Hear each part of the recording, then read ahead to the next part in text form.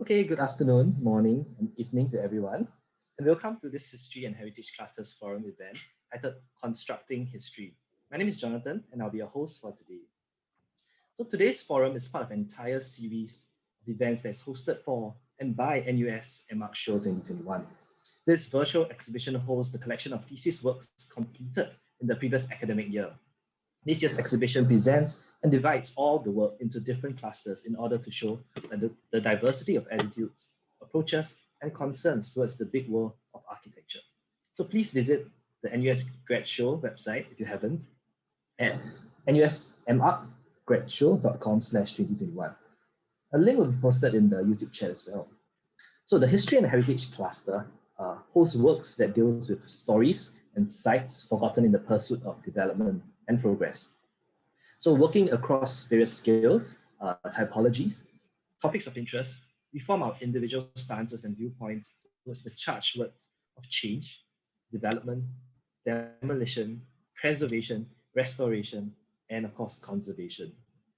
So today we'll join together to talk about these specific ideas of constructing history and how we retain and or remember our past for or against the current and future.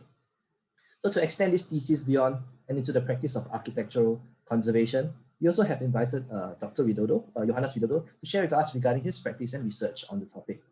But before we do that, let's take a look at some of the works by the cluster compiled and presented in this film titled For Those We Found Important. So this video is curated and edited by our cluster leader, Felicia Ng, taking cuts from different projects and presenting them together. She hopes that through this compilation, we will be able to recognize that these projects, for example, Ines's and Hui Ling's, or Dongwun's and Yingshan's, though appearing similar in their stances, are actually quite different in their approaches. And for projects like Wen Wei's and Nadia's, though having obvious differences, can too be rather similar in their stance and approach. So please sit back and enjoy this compilation.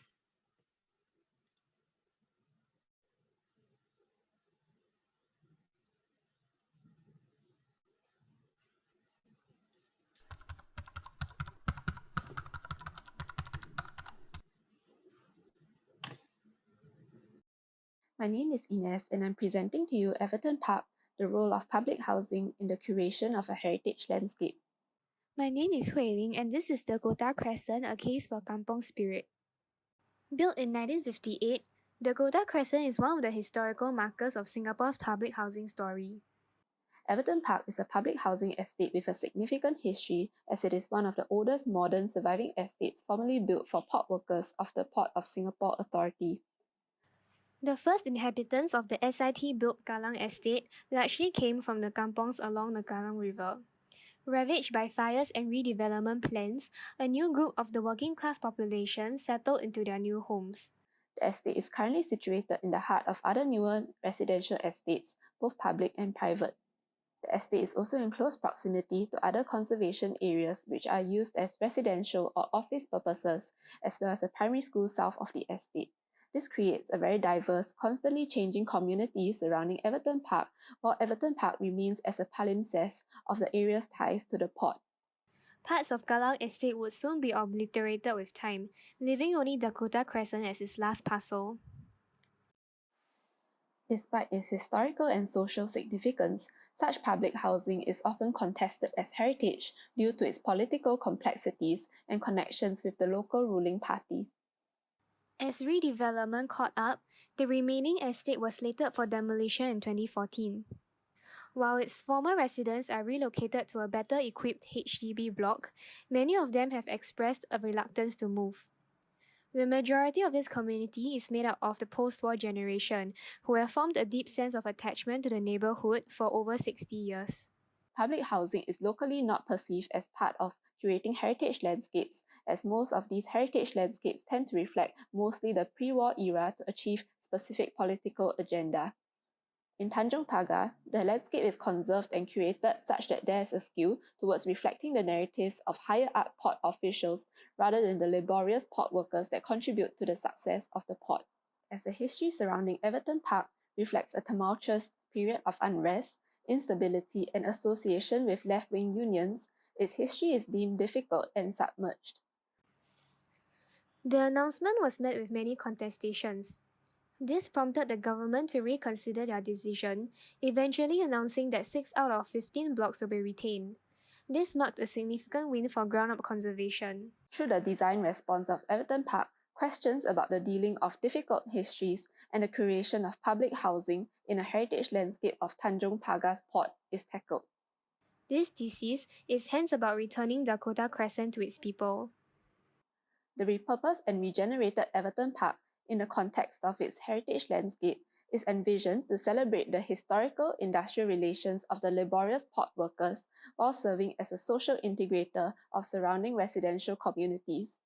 To reclaim a sense of place identity, architectural structures are added into familiar sites. This aimed to facilitate the unseen networks of a public domestic landscape, such as the rag and bone trade and common itinerant retailers. The character-defining elements of these trades are borrowed for the form of the new pavilions. These everyday structures are materialized from the physical remnants left behind by the former inhabitants. The centralmost block of Everton Park is proposed to review the port history of the estate by repurposing it into a mixed-use block that is interconnected to surrounding blocks with materiality on the facade and new structure that relates to its industrial past. The Heritage Gallery on the first floor curates items from the defunct Tanjong Pagar Container Terminal, including port machinery and equipment on the first floor that reflect the container port experience. The second floor narrates the more intangible experiences of the laborious port workers that went through hardships and difficult living conditions, while the third floor links the block to the entire heritage landscape of the port in visuals and its narrative. Smaller scaled structures are then deployed throughout the site as a gesture of reminiscence, while serving new purposes and appropriations. The reimagination of Everton Park is a celebration and acknowledgement of port workers whose experiences and achievements would have otherwise become a submerged or even forgotten piece of history. For a community that has been uprooted many times, this reimagination of Dakota Crescent is a celebration of stories, colors, and physical remnants. Hi everyone, my name is Nadia and the title of my thesis is called The En Bloc, which serves to be an architectural catalogue against the en bloc phenomenon. Hi, I'm Wenwei, and this is To Food with Love, Architecture of an Intangible Culture. The thesis studies how hawker culture is manifested in spatial forms in Singapore and imagines the roles and form of the architectural design in the act of preserving and maintaining such a food culture. The basis of this thesis stems from the concern of witnessing the increasing number of Singapore's Housing and Development Board neighbourhoods, particularly older and potentially more historically rich flats, evolving at a fast rate and losing both its tangible and intangible heritage to gentrification. Gentrification can occur in different types of areas, for instance, commercial sites, ethnic districts, and residential areas. It is not the physical architecture that is of cultural importance, but the practices, habits, and lifestyles that such an architecture enables. These are part of a greater ecosystem that goes beyond a single site or typology. Gentrification is in fact promoted through state-induced policies such as the Selective En Bloc Redevelopment Scheme, or SERS in short. In Singapore, our homes are made to die. This is due to our public housing policy pertaining to the 99-year lease system that aims to ensure that land can be recycled and intensified for the future population. Homeownership in Singapore is a fallacy, as no HDB resident truly owns their home. Like East Square Neighbourhood Centre, an example of a market and hawker centre built in the 1970s that faces the looming possibility of its aging tenants shuttering their stores due to its inability to attract new tenants. These buildings are examples of modern architectural heritage. Popular perception of how the hawker centre is the sole spatial expression of our hawker culture ignores how it is merely the front of a larger food ecosystem in Singapore. It also ignores how there have been other forms of expressions that are more in tune with the trends and habits of today. Conservation seems to be a highly viable solution to Tanglin Hall, as it will mitigate the impacts of gentrification by retaining the physical building stocks as well as avoiding the displacement of long-term residents. To conserve is to help communities manage and adapt to the inevitable changes in a more sensitive manner. The focus was not on rearranging or rethinking how a hawker centre performs, but rather how new spaces can be added on to not only support the hawker centre, but help reinforce connections between the various food spaces and other spatial expressions of hawker culture that are more representative of the practices of newer generations. just by a mere 2-floor top level or side addition to each of the HDB flats present, it is possible to achieve the projected density by URA while still retaining the essence of the place and the community. Therefore, this leads us to the en bloc, which serves to be a catalog that provides various proposed typologies adopting different adaptive reuse strategies in order to achieve the projected density by URA, while at the same time preserve the essence of the site and keep most of the communities intact. To do this, the existing food ecosystem of the neighborhood center was mapped, studying how different spaces are related to one another. Then, we begin to imagine how such relations can be built upon through architectural and programmatic insertions. They strengthen existing relations and build new ones with previously disconnected spaces, both in the physical and digital realm. Design strategies should retain and at the same time improve on these 1960s modern attributes in order to pay homage to the authenticity of the architectural style while encouraging a meaningful and relevant connection to these spaces for both future and existing residents. Therefore, there is a need to redefine the concept of the common corridor, reorientate the housing units to create more livable spaces within building, as well as inject more green spaces within the building to ensure that the building is sustainable, livable, and self-sufficient. The interventions are not targeted at replacing existing programs and food spaces, but to supplement and rejuvenate them in light of changes in lifestyles and technologies. 3 different typologies are introduced in the catalog. The final master plan serves to pick the most appropriate typology to be applied to the site. In my proposed final master plan, typology 2 and typology 3 are selected, with the majority of the buildings being typology 3 due to its more balanced and holistic treatment of the original building and existing units. Culture is not static, and neither should their subsequent imagined physical manifestations be, which is important given the top-down approach of planning and construction in Singapore. Conservation in our public housing scene should definitely be raised as a viable tool to strengthen communities, as well as develop and rejuvenate these areas in a more sensitive, human way, where the interest of the community is at the heart of the design strategy. And thus, as an alternative to watching aging food spaces fall into ruin in the future, this proactive approach to selective rejuvenation and revitalization of existing infrastructure helps to ensure that hawker culture remains one that is practiced by the people, rather than allowing it to be commodified in its idealized form through the preservation efforts of today. Hi, I'm Dong In. My project is basically an investigation into how to deal with difficult heritage and finding what conservation means for such heritage. And others, a project about conserving the heritage of ethnic minorities, namely the Portuguese Eurasians in Singapore. Addressing difficult heritage is a challenging topic in contemporary society. Heritage conservation faces a difficult balance between authenticity and future sustainability. And especially in South Korea, they are often subject to selective remembering, framing, manipulation, and even a complete erasure to form a more positive and self-affirming contemporary identity.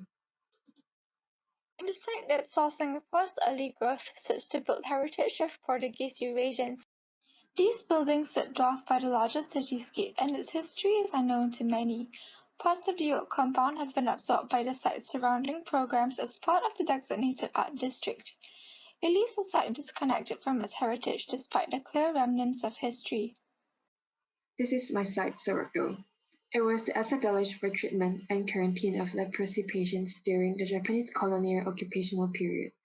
While it is commonly known as a place linked to oppressive power of Japanese, where Japanese officers abused, sterilized, and even murdered, it is also a place of evidence of persistent labor exploitation, incarceration, and ostracization even after Korea's independence from Japan.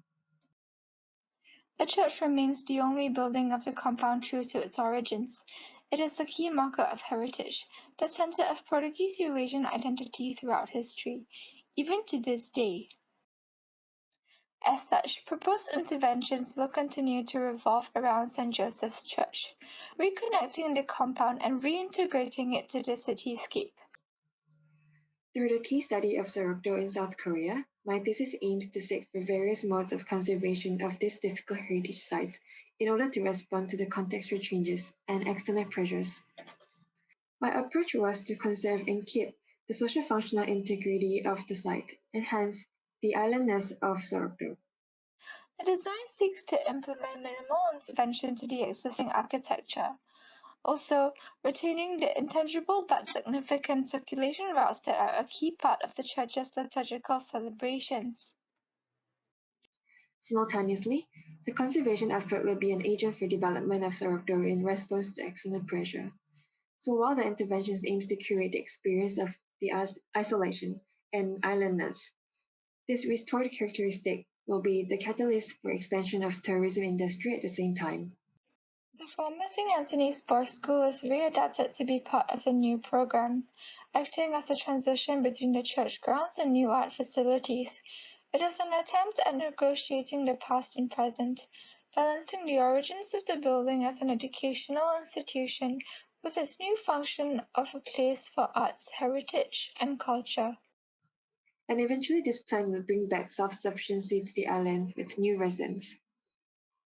6 piers are located at the edge of the island, and they function as an agent that conserve what is inside the island, and also each pier serves a certain function so that it allows expansion of tourism industry. The church, the heart of the compound and history, continues to be so and present, albeit in a different way. It extends beyond serving the church community to the general public, with new programs that welcomes visitors and activity. Introducing a columbarium is a means of reconnecting people with their roots and identity, drawing them back to the church grounds not just in remembrance of its history, but their own as well. Their functions ranges from visitor center to hotel for visitors, and at the same time, they provide spaces for economic activities for new residents, and also they preserve Sorokdo's unique cultural landscape. Beyond that, the readapted St. Anthony's Boys' School and new art block serves both as a transition and gateway to future development, in line with the plans for the Bras-Besar Bugis Art District, as well as its history as an educational institution. It offers a space for arts education. Hence, the end goal of this plan is to regain and to take advantage of islandness of Sorokdo. This is to subvert the very strong colonial narrative and to subtly and gradually construct Sorokdo's identity.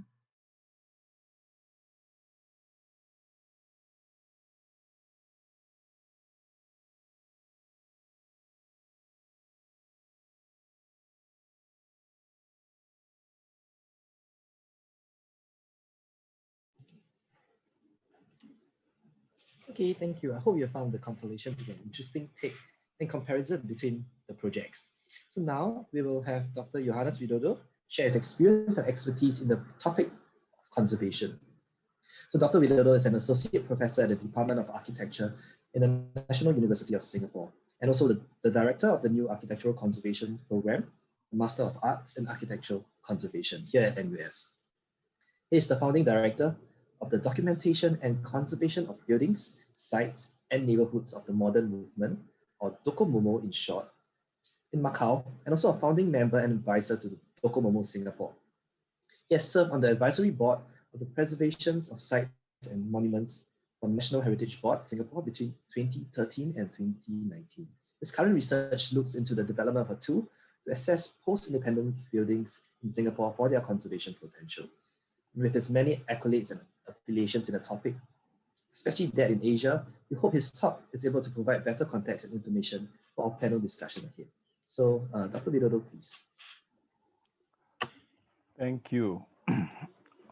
All right, so we're just listening to a very interesting presentation of several projects in Dakota Crescents, Everton Park, Tanglin Hall, Sorokdo, Korea, and also about the Middle Road area, the church, and even the hawker culture. What is interesting here is there's already a move, a change of the notions of conservation itself. So in the past, the outdated notion on conservation is always related to something related to archaeology, to museums, to freezing the assets, to demarcate the so-called historic district in the city for the sake of tourism and for the sake of a certain narrative, like state narrative of Singapore stories, for example. So this is a very outdated notions of conservation. Now conservation has a very, very different meaning, as you see how our students at NUS has been doing this for the last several years, looking conservation as part of sustainable development. I think this is a very important aspect that I need to highlight now. Okay, let me just share my screen now.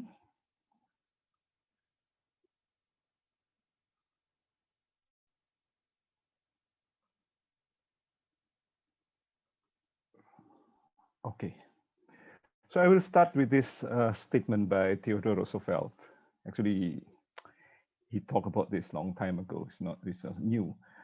He's talking about that conservation actually is something, is about the right of space and the right of using the resources that we have today for the next generations or for the present generations.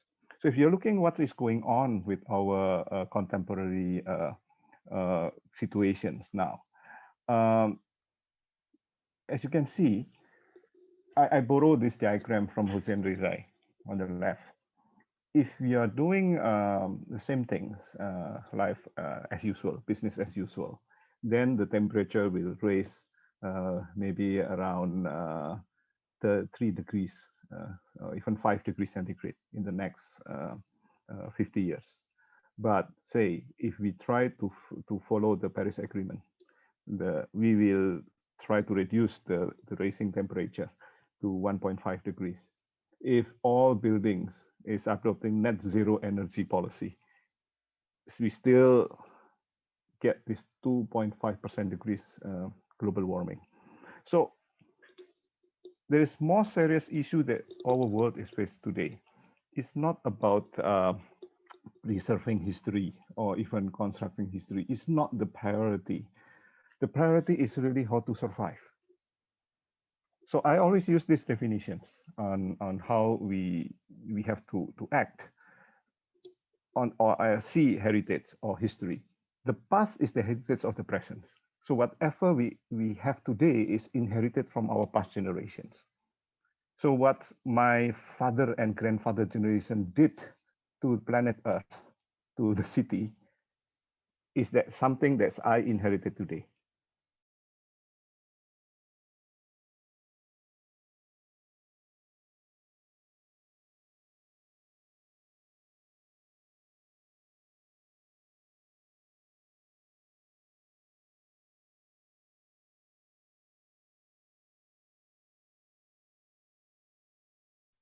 So your generation, that you are students today, actually the one who will inherit whatever conditions that we created in this earth today.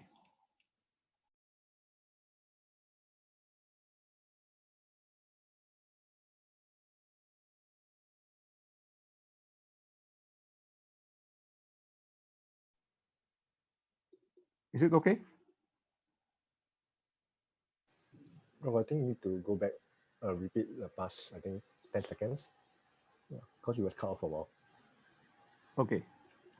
Okay, let me just.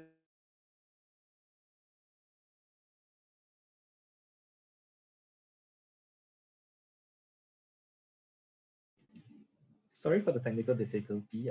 Just give us a bit of time for Dr. Widodo to just load a bit. Just generations. Right.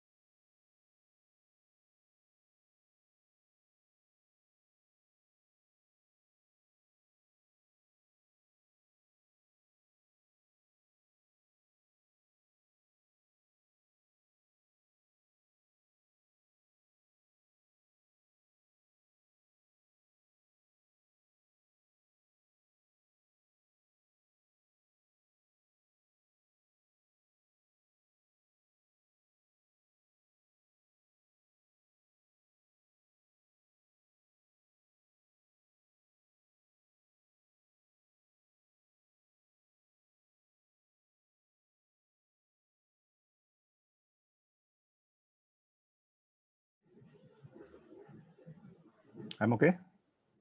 All right. I'm so sorry. So that's why I don't trust technology. Once we lost internet, then we cannot do anything. All right, so let's start from here. So conservation now is understood as a process of managing permanence and changes of our living heritage. So conservation is no more related to museums, to archaeology, or even to tourism. So if you're looking into what to conserve, one thing that is quite important to consider is the so-called authenticity. Something, a quality that being real or true. So it's not just about materiality, but about the situations. For example, you are mentioning about narrative. So what is authentic? What is the authentic narrative? Whether the painful past, for example, like the case of the leprosy and the Japanese atrocity in Korea, is considered as something true or something not true. So are we going to preserve that for the next generations, or are we going to erase that?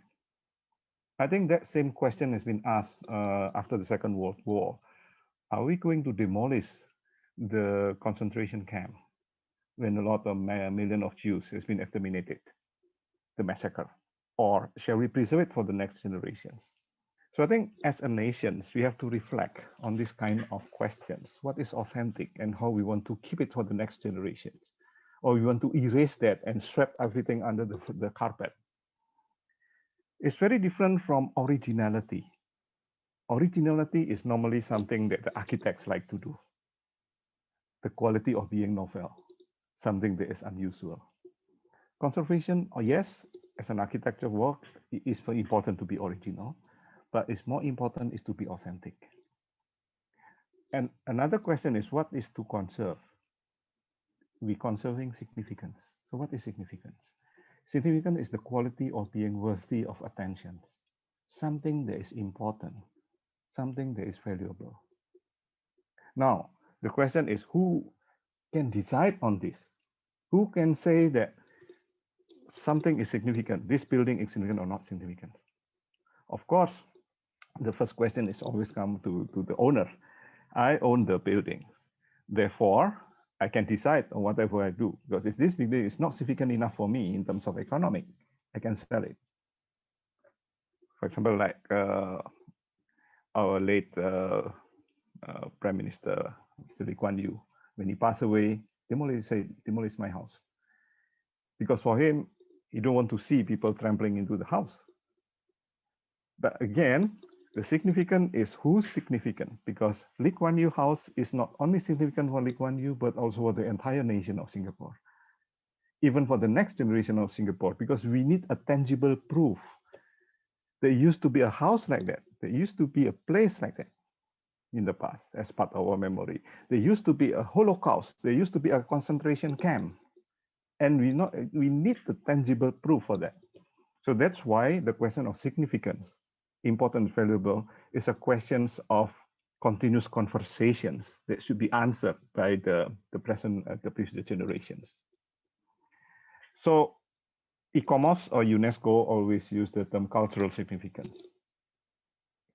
It means aesthetic, historic, scientific, social, spiritual, that values that is valuable for the present generations, but is also important to be continued to the next generation.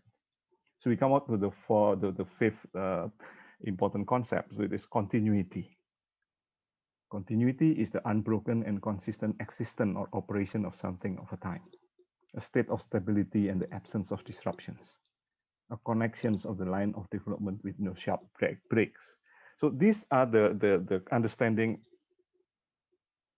something to do with not just about artifacts, but we are talking about something related to the continuity. It's not preserved, like this tiger. This tiger is dead, it's a shot, and then it's preserved. We put chemical on it. We put something inside the body, and we put it in our living room, and this tiger can stay as a tiger for the next 1,000 years. but this is frozen. We are talking about object that is not frozen. The tiger on the right is a living heritage. The tiger can fall in love again, can get married, and create a new baby tigers. So the most important thing is not just to preserve the animal itself, the materiality of the tiger, but how we create the habitat. How can we maintain the habitat of the tiger so the tiger can produce another tiger for the future? The Japanese is very novel. We're learning from the history. We're talking about the tangible and intangible heritage. This shrine, Ise Shrine, is rebuilt and demolished every 20 years. So there are two sides, left and right. The side on the left, you see on the pictures, is brand new temple. And on your right is the old one, the 20 years old temple. And this photo on the 2nd of October 2013 is very unique photo because it will be repeated another in 20 years later, 2033, the same situations. Because on the 3rd October, the old temple on your right will be completely erased, demolished. And then it will remain empty, like on the picture on your right, for the next 20 years. And 20 years later, on the empty side, a new shrine will be built completely new with completely new materials, but with the same technology, with the same materials, with the same craftsmanship. So in this case, the conservation is putting a lot of emphasis on the conserving the craftsmanship, conserving the intangible skills, the values that have to be renewed every 20 years. So the present generations has a role to train the next generation of carpenter, the next generations of builders who can build exactly the same form in the next 20 years. And this has been going on for hundreds of years. So if you're looking into so-called the modern heritage, so how can we assess the importance, the assessment? How can we decide? There are two criteria. One is related to architecture, second is culture. One is more related to the form, to the materiality. The other one is to functions, to values, the intangible values. Architectural criteria is, for example, like chronological value because of the age, technological value because of the constructions method and technical merit, stylistic value because of the good example of certain architectural style. And then the significance of the contractor, of the architects, is built by someone like Le Corbusier, or is built by Tan Cheng Xiong, or built by Tai King Soon, right? So it's important because of the architect. Rareness value, the rareness of buildings. Like for example, now SIT flat typology in Singapore has become rare. In the past, there's a lot of SIT flat, but because of the demolitions, maybe only 20 or 30 units left. So that's why it's become rare. Regional value, unique to a particular region, for example, like tropical buildings. The cultural criteria is equally important. For example, like the impression value, because of beautiful, powerful, proportional, or historical value in the historical context. The state of preservation, integration value, public value, whether the building is valuable to the public at large. For example, like Lee Kuan Yew House in Oxley Road. Yeah, they have a very strong public value. You have a stock value. It's valuable as part of the city built stock. And modernization value, a building considered as an important architectural manifestation of the region modernization process, for example. So this criteria is not just single criteria, but is multiple criteria. One good example is on how we can preserve those decisions, not to build the Twin Tower on the present ground zero, and by leave it as a hollow space with museums and the monuments and the public park, and the World Trade Center was built on the next site, not on that particular site, because it's a kind of of respecting the value that you want to carry forward to the next generations, about the horror, about the magnitude of the event that's happening at September 11, 2001 of that particular site. So by preserving the footprint, preserving the memory through this kind of monuments, the site is become very powerful. The meaning can be kept for the posterity, for the next generations. Imagine if this site is being rebuilt with exactly the same twin tower or with a different design of the tower, then the original meaning will disappear, will not visible anymore. Then, of course, we have this problem, right? In Singapore, as you say, if you want to do an en bloc sale of a private property, you only need to get 80% agreement of the owner.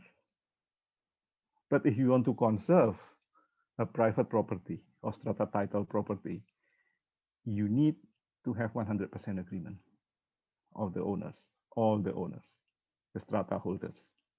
And this has become a kind of a policies that we can say is a pro-development, but it's not so friendly to conservation. It's a bit difficult to conserve things in Singapore. Why? Because of this rule. But again, of course, the question is the private owner has to follow the rules of, say, if the government say, well, your site is very important, your site is very significant, your building is very significant, therefore you cannot redevelop that. How about the right of the owner? So when Pearls Bank apartment was being considered for conservation, the architects and the residents managed to get around almost 90% agreement for en bloc, for conservation. But because it cannot fulfill 100% requirements, then finally the en bloc is going through, and then the project is being sold, and the decision is by the new developer is to redevelop that. I mean, to demolish and then rebuild. And if you can see on your right side is the plan and the new design by Chris Lee, yeah, the designer of SDE4.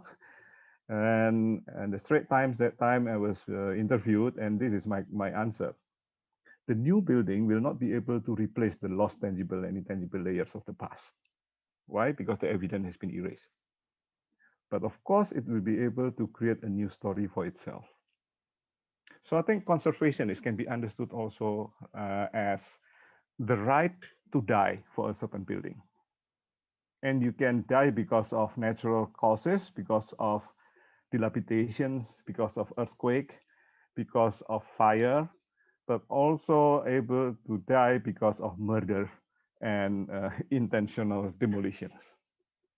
But something that is replacing on that side, right, is made by decision-making process. And in Ground Zero in New York, the decision-making is to leave it as an empty land, convert it into a park. So to keep the intangible memory as far as possible. In this case, is to create a new building with this look like the curve, the C form, the curve of the old Pearls Bank apartment, but it's totally with the new aesthetics. But the new things and whatever happened will be able to create a new story by itself. So this is my statement. Or we can mess up with it. For example, like this Cathay Cinema in Singapore. It's very significant. If you look into the historical layers, what's going on there. It was the first skyscraper in Malaya. It's the first air-conditioned cinema in Singapore. It became Japanese propaganda office during the Second World War. It's become the headquarters of Supreme Elite Commander of Southeast Asia, General Mountbatten, after the war. And then it's gazetted as a national monument in 2003. It's very important. But see what's going on now on your right. If you look on the pictures on the right, you can't even barely remember the original form on the left. Well, it's designed by Paul Tange from Kenzo Tange office. But before that, it's changed into a restaurant in 1948, hotel 1954, offices 1970. So and during that 48, 54, 70, nothing is changed so much. So the form is just exactly like the picture on your left. But then after the redevelopment in 2000, it's completely changed into a shopping mall with a glass box. But you see that it's gazetted as a national monument in 2003. So what is a national monument here? The national monument is just a tiny facade at the front. It's just the interesting feature of the facade itself is only part that is being preserved. But the result is that architecturally is a mess. So you cannot see, people cannot even imagine what is going on in the past. And the host layer of the past has been lost. Look into what happened to our shop houses. Yeah, this is the regulations, guidelines by URA. In Singapore, we can, if it's a building, a shop house declared as a conservation shop house, then what you need to keep is actually is only on the left side, only the concept corner block, just to show the integrity of the corner block, and then the facade. But you can do whatever you like, even behind the facade. So you can build, increase the plot ratio. You can increase the volumes of the building at the back, as long as not visible from the street. But of course, the so-called authenticity of the urban fabric, the authenticity of the shop house typology will be lost completely. So this is the real situations. This is how in Singapore, the argument is always, yes, we conserve something, but we also respect the right of the owner to generate profit, to generate values from the plot of land that they own. This is especially true for the private land. And that is the cause of the so-called, well, facadism, something that if we are talking about the International Convention on Conservations, it is not considered as a good conservation practice. So UNESCO as actually is recognized that conservation is not just talking about preserving the physical form of the past, the significance of the past, but also is important to address the so-called the new development and innovations. So this is the criteria used by UNESCO to decide on the Asia Pacific Cultural Heritage Award. Outstanding design intervention concept that demonstrate critical thinking in articulating innovative response to specific historic context. So respect innovations. Innovation is important. It's not just about preserving the original one. How well the new interventions help to reveal the qualities of the place, including historical, architectural, cultural, and social significance. And then how well compatibility and appropriateness of the new program evolution into the heritage context. How well the intervention integrates with the existing built and natural context. The justification or selection of quality control of material and building techniques. The manner in which the process and the final product extend the local community cultural social continuum. And the influence of the project actual practice, design policy conservation in the national, regional, and international practice of conservation. So this has been used to judge a certain exemplary projects in different Asia Pacific countries to show that this is actually is possible. It's not just talking about preserving the past, but also conserving, addressing the need of the present for the future in a good manner.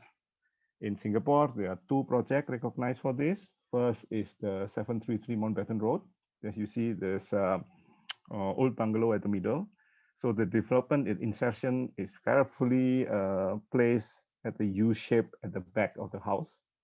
It's covered by the plants from the front, so it's not visible, but at the same time also is able to make this project relevant to the present families. So this is the jury citation. The contemporary editions of 733 Mountbatten Road has successfully added needed floor space while retaining and conserving the original building. The spatial arrangement and the massing of the new building in relation to the historic bungalow create an appropriate balance between the old and the new. The project, which demonstrates good conservation practice in combination with innovative solution, providing additional space, set a worthy model and reusable heritage building in Singapore. So you can see how the new insertion is using the new language, but at the same time also still respectful to the old buildings at the middle. The family used the U-shaped new buildings for their new lifestyle, and the old house is served as an ancestral house, as a gathering place for the extended family together. So it's also preserving the social structure of the community. Another winning project for UNESCO Asia Pacific is this Lucky Shop House in Georgette Place by Chang Architects. So if you can see the front part, yeah, the Lucky Shop House project combined conservation and modern design to create a new home at the heart of residential conservation in Singapore. So it's trying to follow the rules, the URA rules, but it's not extending the volumes just like what is suggested, but actually it's extending it to the back. The adhering to Singapore's stringent building code, the project designer retained the footprint of the original 1920 structure. Non-structural interior accreditations were removed, exposing the old brick walls, timber rafters, and floor joists. So it's trying to clean up all the additional things and to expose the original wall. And new elements were confined to a series of single height offset box-like structures interspersed with the rear garden space. The final project contrasts existing and new components, giving fresh emphasis to historic texture and colors, while celebrating the unadulterated functionalism inherent in the 21st century design. Yeah, so you look into this insertion is at the back. It has totally different language, but still follow the principles of the shop house typology. So this is one example, real examples in Singapore that actually balancing conservation and development is possible. Another project in China, for example, is a toilet in a jujube garden. It's a dry pit latrine. So it doesn't have to be a high-tech project. It's a very significant cultural site. But the modern interventions subtly incorporates vernacular knowledge in addressing the infrastructure need of historic settlement, adding dignity to the life of those who live there, because toilet has become a big problem in this corner in China. The reinterpretation of indigenous building tradition, including the use of dry stone walling, support a compatible and family-friendly response to the local context. The project established a readily applicable model for sustaining the functionality of rural heritage place with a minimal financial requirements in a manner that reflects traditional approach and ecological sensitivity. So this is one of my favorite projects of the year, that's showing that the intervention doesn't have to be a big intervention, but a very simple insertions of environmentally friendly with appropriate technology of a dry pit latrine, a toilet that is really needed not just by visitors, but also by local residents, improving the health conditions, at the same time also helping to reduce the carbon footprint and able to provide fertilizer for the place. Now we have this pandemic issue. So what will happen after this pandemic? We will need more flexible spaces. We will need a special treatment on the entrances, especially for the safe delivery. Outdoor and wellness space should be bigger, and a lot of activities should be able to be done in the outdoor space. Work from home will become a normal. So maybe around 50% of the office spaces in the downtown area will be empty. So what are you going to do with that? We want to continue our business as usual. So I don't think it's feasible. Are we going to conserve a place like an office building as an office building? Maybe not. So probably the most rational way is to adaptively reuse it into something else. And United Nations, looking into the global issues, has been mandated to all the UNESCO, United Nations member countries, including Singapore, to achieve the 17 Sustainable Development Goals by 2030. No poverty, zero hunger, well-being, education, and so on. And conservation is expectedly part of the Sustainable Development Goal number 11. It's part of the so-called sustainable cities and communities. So therefore, if you look into what is the latest announcement and policy directions of Singapore government, is the SG Green Plan 2030, is a response not just to the situation in Singapore, but also a response from Singapore as a responsible member of United Nations to address the issue of global warming, to address the issue of climate change, to address the issue of poverty, of inequality in the world. By introducing this policy, city in nature, sustainable living, energy reset, green economy, and resilient future. So we have to see conservation as a profession of the future. So I'm looking into the post-pandemic situation in the next 5 or 10 years. If you become an architect, the first mindset that you need to have is a conservation mindset. It's not constructing history mindset. It's not constructing something new mindset, not creating new carbon footprint, but reduce carbon footprint by trying to adaptively reuse whatever we have. This is another story by Hussein Rizai. He said that building age actually is beyond just 10 years. It can be extended to 100 years. So if you have a concrete buildings like People's Park Complex, like Golden Mile, the structure itself can last for another 50 or 100 years. We can just do some adjustment, then it's possible actually to reprogram that. Yeah, and this is the examples of URA. The Golden Mile complex, you know about the story. I will not go into the detail, but the most logical things to do now actually is to embark into this adaptive reuse by giving incentive to the owner, to the developer, to do the right things. And I think URA has been going quite well. And we are playing a big part in this. Some of the thesis project in the past, like Keus Leong, is addressing, giving these alternatives. And the government and the private sector and exhibitions everywhere, people just start to give this idea. It's possible actually to achieve this kind of balance. Not just Jason, for example, it's not just in Singapore, in Korea, there's very long, big buildings. And then he proposed a different strategy.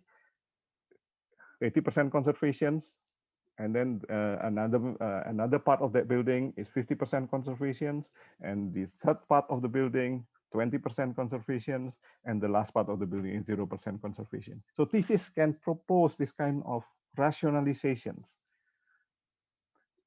So I invite you to look into this year project by Nadia Sarwin, by Neo Ying San, by Dong Yun, by Xi Yuan, Sui Ying. All these students are doing in the projects with various approaches in conservations that may open up our mind that conservation is not just preserving the past, it's not just looking back, but actually is looking into the future.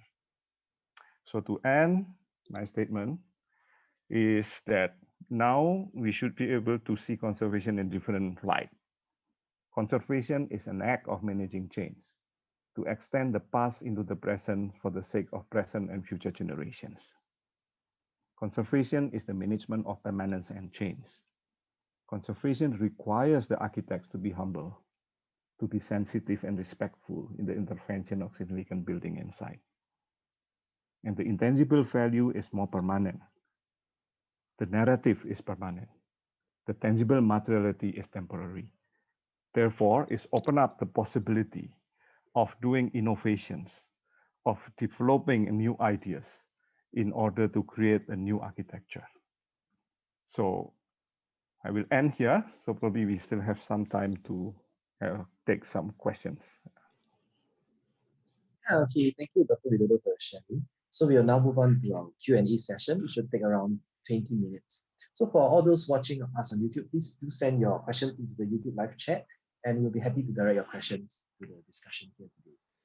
Okay, so to start the ball rolling, I have a question from Felicia.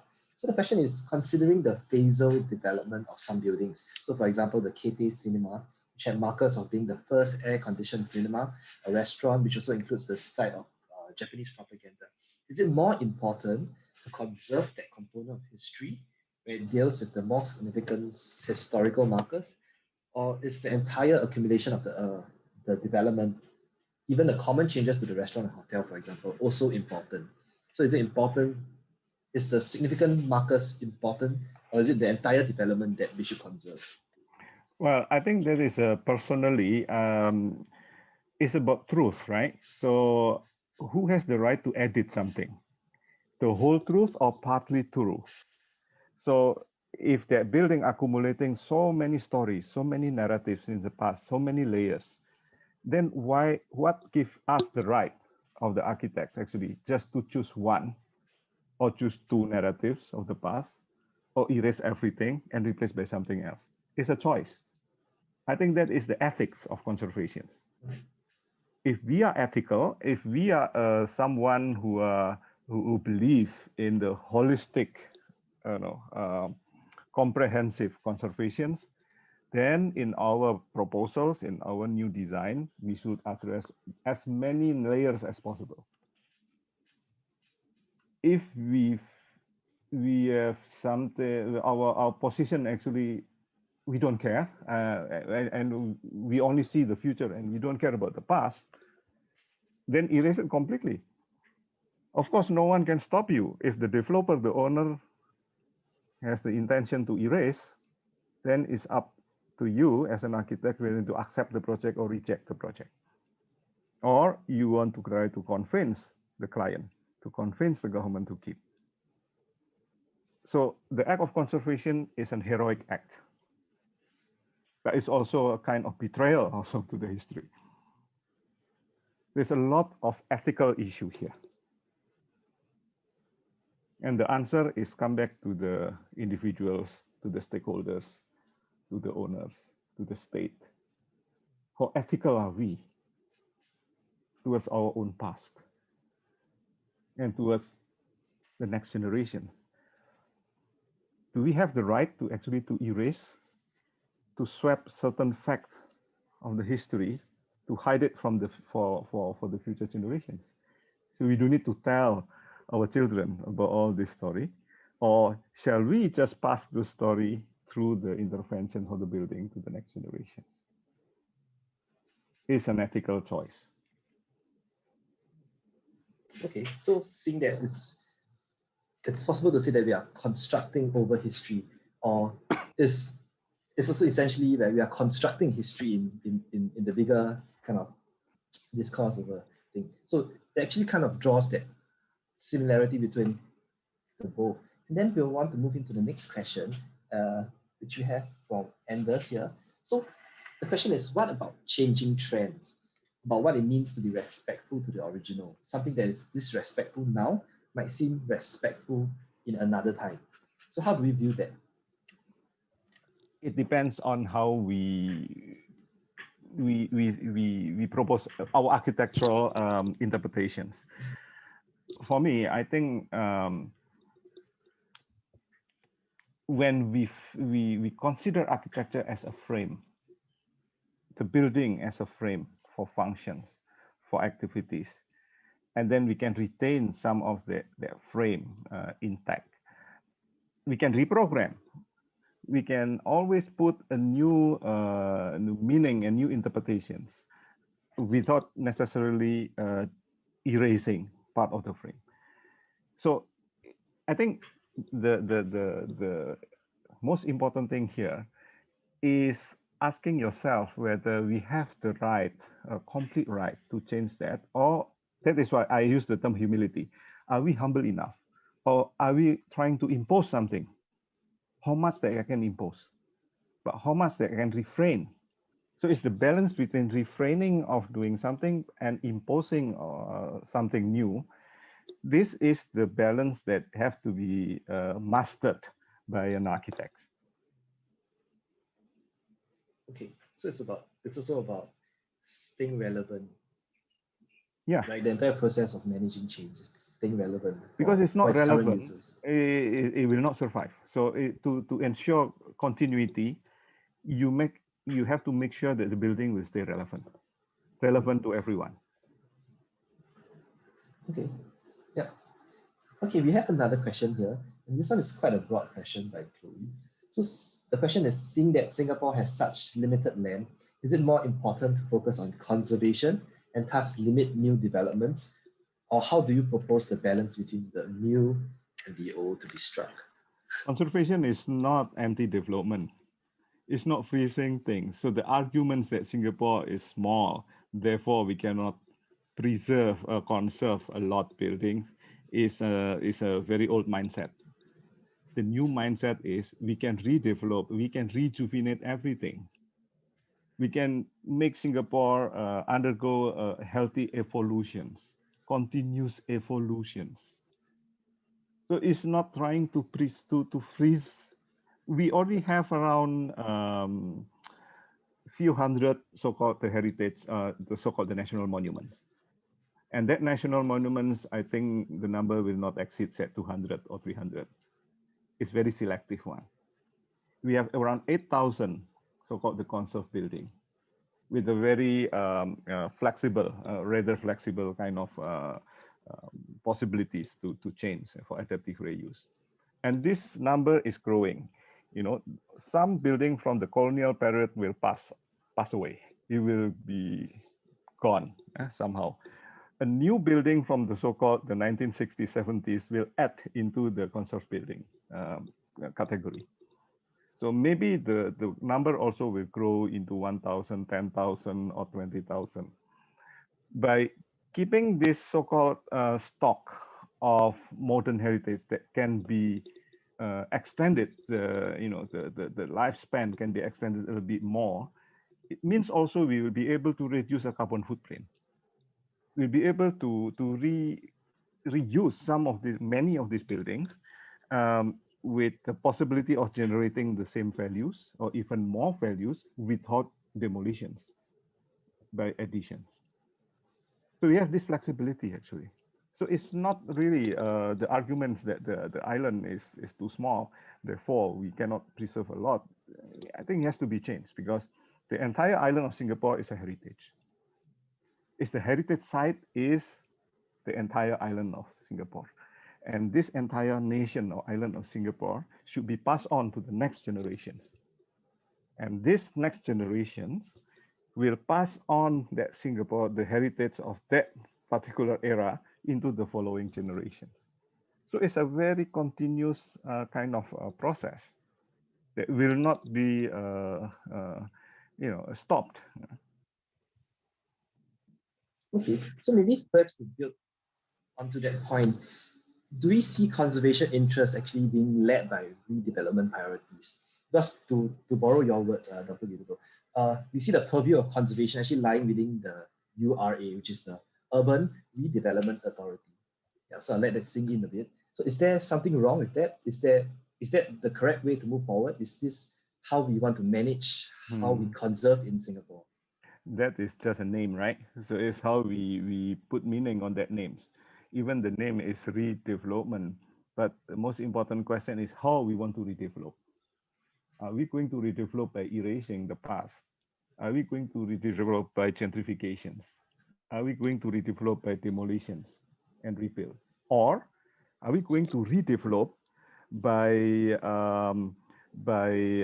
healing, by repairing, by reconstructing, by refraining of further demolitions, or by rejuvenating the old estates, by avoiding en bloc, by increasing density through adding new functions and new building mass in between, or by interweaving the new development into the old one.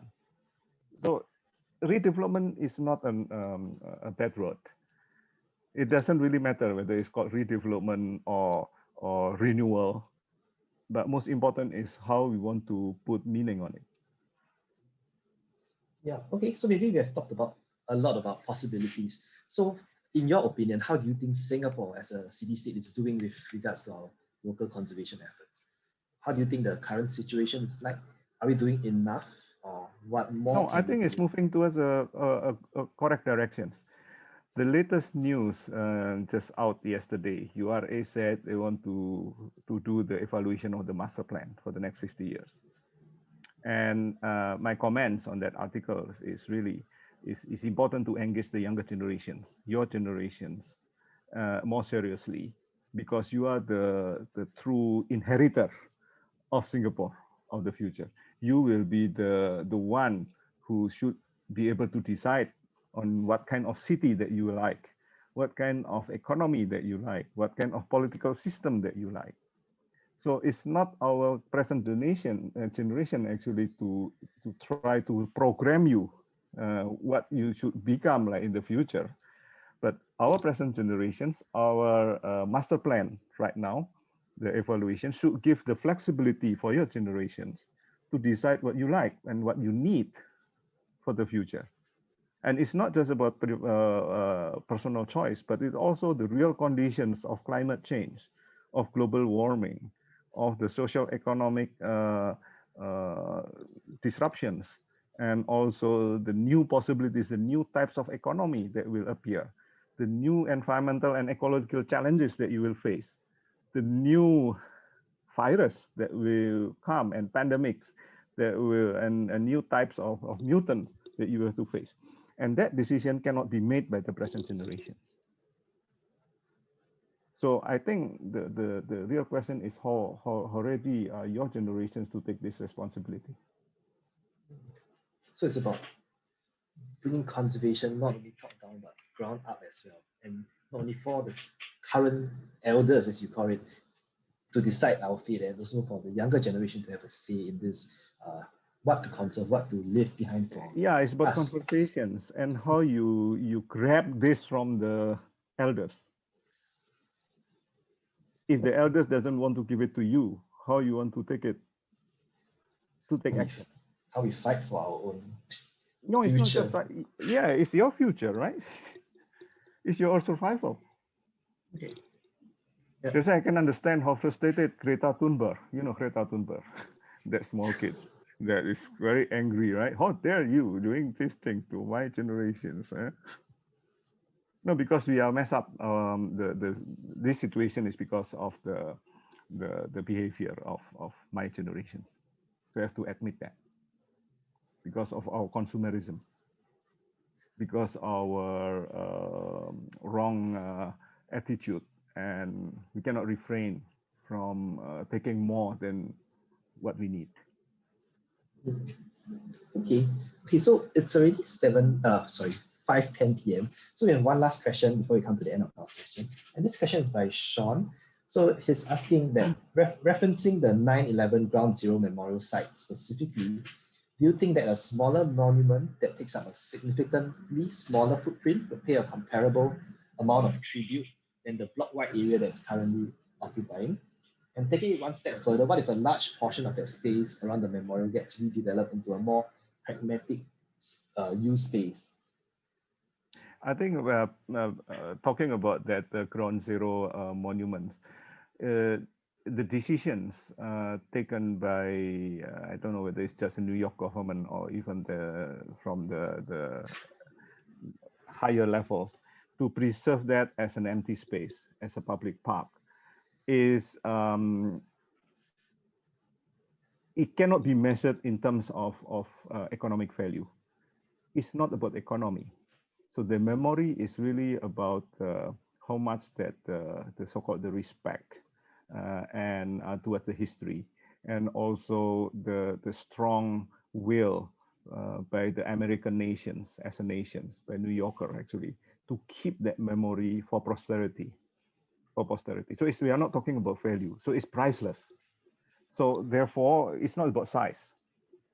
But in general, that site is like public space, and it's belong to the public. And because it's by right, the historical event itself is a very public event, as it's not just significant event for America, but also significant event beyond America. It's a global significance. So therefore, whatever intervention has to be done very carefully on that side. So the decisions to build one trade center, World Trade Center, a taller building on the other side, is that is the economic decisions, that you reallocate a certain zone outside the area as the development zone to replace the missing economic opportunity of that site. But at the same time, also the so-called the values or the so-called the cost to keep that place empty is a moral decision. The same also when in Singapore, if you come back to the decision in Singapore, how much public space that you want to allocate to public. So one very interesting approach is the so-called the privately owned public space, like Tanjung Pagar Center, on top of it's a private land. Or even we have the very good example of Orchard Road. That the law, very big pedestrian on the left and right side actually is sit on top of the private land.